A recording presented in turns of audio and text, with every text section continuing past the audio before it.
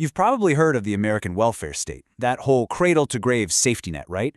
But have you ever wondered where it actually came from? And maybe the bigger question is, does it work?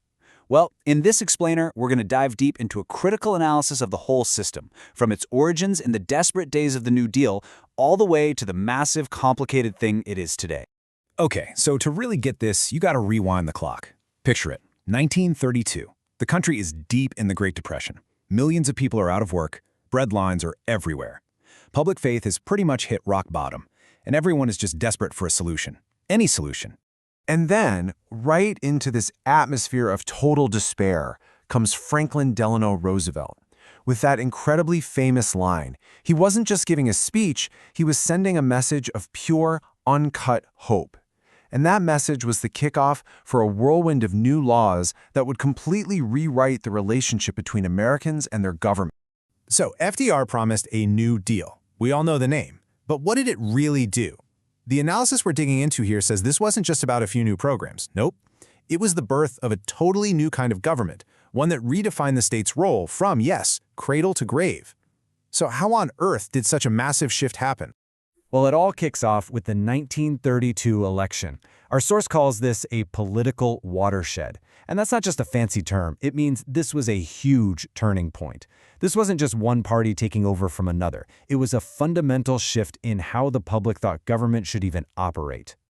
I mean, just look at these numbers. For 72 years, from the Civil War all the way to 1932, Republicans were pretty much running the show. Then, bam, 1932 hits. The tables don't just turn, they're completely flipped over.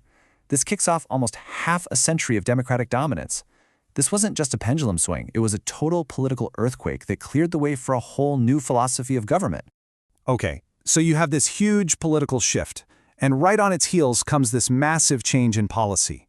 The New Deal brought in a new way of thinking, an idea that what you really needed was a big, centralized government to protect people and manage the economy.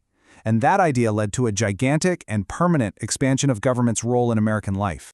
And to really wrap your head around how big a change this was, think about this. From the founding of the U.S. all the way to 1929, total government spending, federal, state, and local combined, was almost always less than 12% of the national income.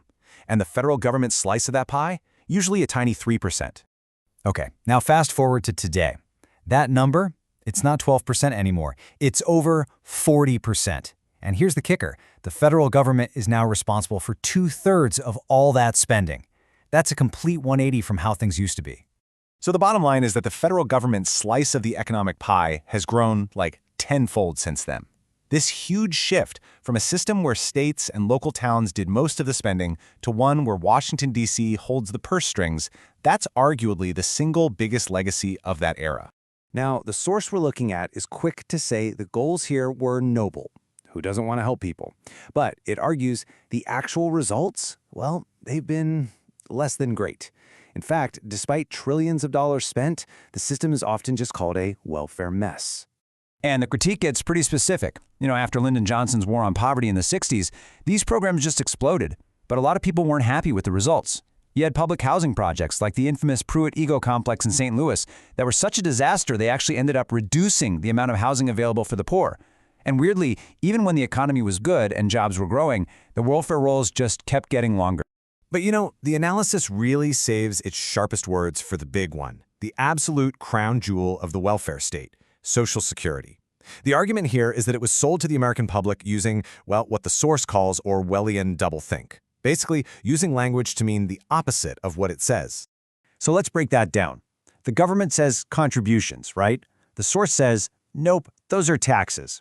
The government talks about special trust funds. The source argues that's not some savings account with your name on it, it's a pay-as-you-go system. And that earning protection, it's not like a private insurance plan. It's a compact, a promise that future taxpayers will be forced to pay for benefits that were promised a long, long time ago.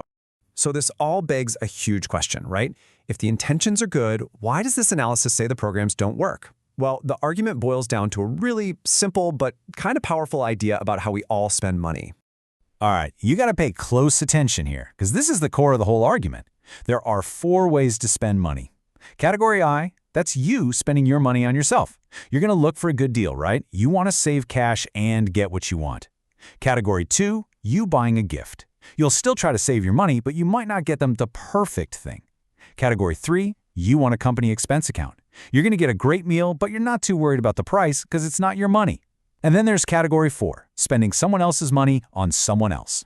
In this case, you have almost no reason to save money or to make sure the other person gets the best possible value.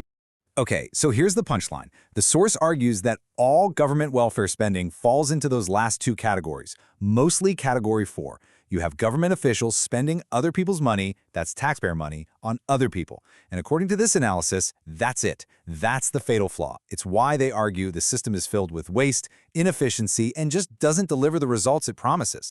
All right, so if the argument is that the system is fundamentally broken, what do? Just scrap it? Well, this analysis actually proposes a pretty radical two-part fix to replace what it calls the current ragbag of more than 100 different programs. First up is something called a negative income tax. Sounds complicated, but the idea is actually super simple. Instead of having dozens of different programs for food, housing, you name it, the government just gives a direct cash payment to families who fall below a certain income line. It's meant to be a simple safety net without all the bureaucracy. And here's a quick example of how that would work. See that family with zero income? They get a subsidy of $3,600. But look what happens when they start earning money.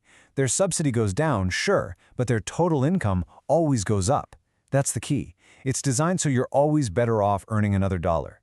It keeps the incentive to work, which, as we saw, is a major criticism of the current system. Okay, if you thought that was a big change, buckle up. The second part of the plan is even more radical. Basically, phase out Social Security as we know it. The idea is to first get rid of the payroll tax, but keep paying everyone who's already retired. Then, you'd honor the benefits that current workers have already earned, but stop them from earning any more. The final step is to end the government program and let people plan for their own retirement. So that's a pretty huge vision for a different system, right? But here's the twist. The source itself points out the giant elephant in the room: politics. And this quote right here just nails the problem. The source says it flat out. There's just no way Congress is going to pass a reform that means millions of people get a smaller check. Making a new system affordable would mean some people get less than they do now, and, well, no politician wants to vote for that. And that leaves us in a really interesting spot, doesn't it? On one hand, you have this powerful critique that the whole system is broken by design. On the other, a radical solution that its own proponents say is probably politically impossible. So the big question for all of us is, what happens to a system that almost everyone criticizes, but no one seems to be able to change?